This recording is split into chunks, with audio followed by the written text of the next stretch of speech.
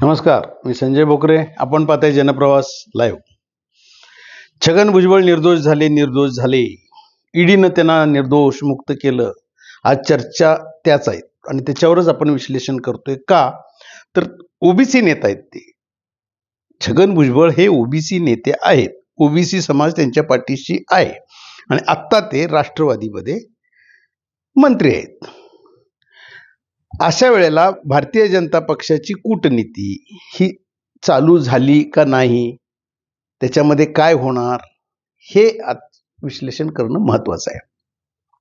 कारण भुजबळांच्यासारखा नेता निर्दोष झाला म्हटल्यानंतर आता अंजली दमानिया यांनी प्रेस घेतली आणि सांगितलं की तसं काही झालेलं नाही. 2-3 प्रकरणामध्ये ते न्यायालयानं काय सांगितलं, कसं झालं, आता मुख्य म्हणजे पुरावेच उपलब्ध नाहीत.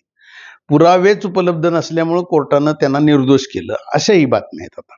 आणि त्याची ऑर्डरही, त्याच्यावरही विश्लेषण चालू आहे.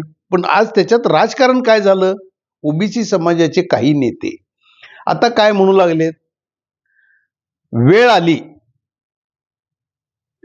आली तर आम्ही भारतीय जनता पक्षामध्ये आमचे नेते छगन भुजबळ जायला तयार आहेत.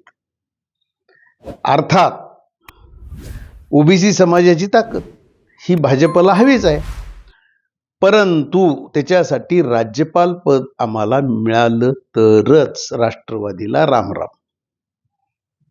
काय राजकारण कसं चालू, निर्दोष झाल्या लगेच राजकारण चालू झालं.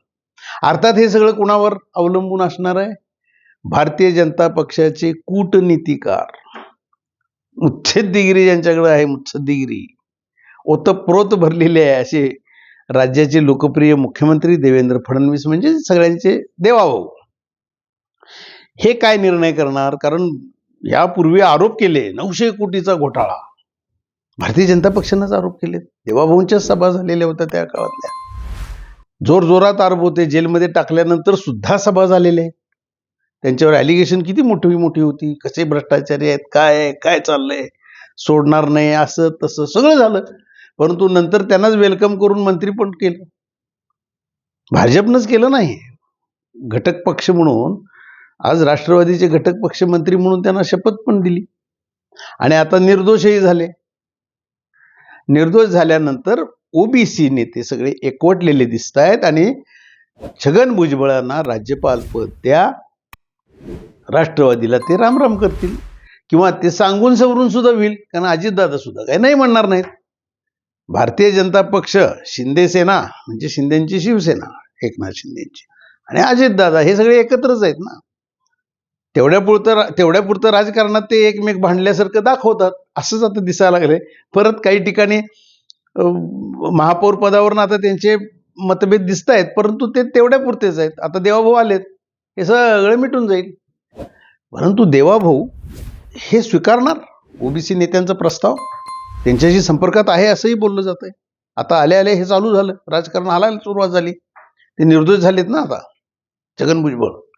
दमानिया तर चिडलेले आहेत, आम्हाला न्याय मिळालाच पाहिजे म्हणतात. त्यांचं अजून हायकोर्टामध्ये सुद्धा पेंडिंग आहेत केसेस.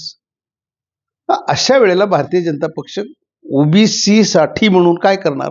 कारण जरांगे पाटील सुद्धा आता बऱ्यापैकी शांत आहेत. विखे पाटलांना दूत करून कूटनीती चांगली साध्य केली ना देवाभाऊने. विखे पाटलांनी बरोबर जरांगेंना शांत करून टाकले. चिडीचूप, काही बोलत नाहीत आता ते. देवाभाऊ जिंदाबाद सुद्धा म्हणतील उद्या, काय सांगता येत नाही. आता विषय आला हाच, छगन भुजबळ निर्दोष झाले तर त्यांना राज्यपाल पद ओबीसी नेता म्हणून भारतीय जनता पक्ष देणार का, हाच आता चर्चेचा विषय आहे. आणि मग आजपर्यंत केलेले आरोप, आजपर्यंत केलेले ॲलिगेशन्स, मग हे कशासाठी आणि का केलं जातं, तर हे राजकारण हे आता दिसायला लागले. म्हणजे राजकारण हे अशा पद्धतीनं सुद्धा होऊ शकतं. तुम्ही 2-2.5 वर्ष जेलमध्ये काढल्यानंतर सुद्धा परत तुमचा सन्मान होऊ शकतो आणि कदाचित राज्यपाल पद सुद्धा तुम्हाला बहाल केलं जाऊ शकतं. असं म्हणायला काहीच हरकत नाही जर का हे घडलं तर. आज इथंच थांबू, उद्या पुढच्या भागात.